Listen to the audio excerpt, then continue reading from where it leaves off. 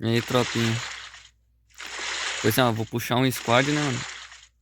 Já tinha perdido ponto pra caralho lá já. Encontrei com um hack, jogava duo, matava três ou não matava nenhum. Morria, ficava puto. Igual os caras pra um lugar perigoso. Ou quando jogava ranqueado, pulava aqui. Ou pulava aqui.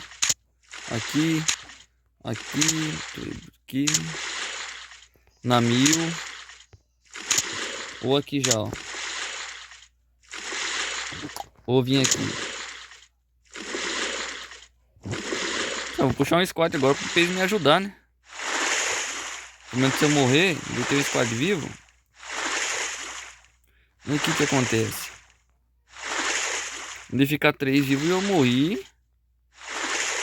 Tive o azar de cair primeiro. E me lasco.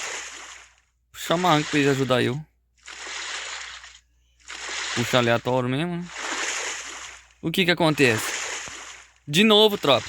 Ó, squad, ranqueado ali. Solo aí, ó. De novo. Será que eu sou carregado ou eu que carrego? Tá aí a pergunta. Ó. Eles morreram, tá vendo? Começou a partida já, pô. Um derrubou o outro lá no barril de óleo lá na 1000. Derrubou outro no barril. Ele ficou puto e o cartão do lado ficou girando. Em volta dele ele não salvava. Ele pôs o último lá de baixo e morreu de Vector. Aqui embaixo. Morreu tudo na 1000. E tá eu de novo solo aí, ó. Só que compensa jogar solo ou ficar botando squad. Eu não sou carregado não, pô. Eu que carrego aí, ó. Ó. Solo aí, ó. Eles deitam pros outros que acham que eu sou carregado.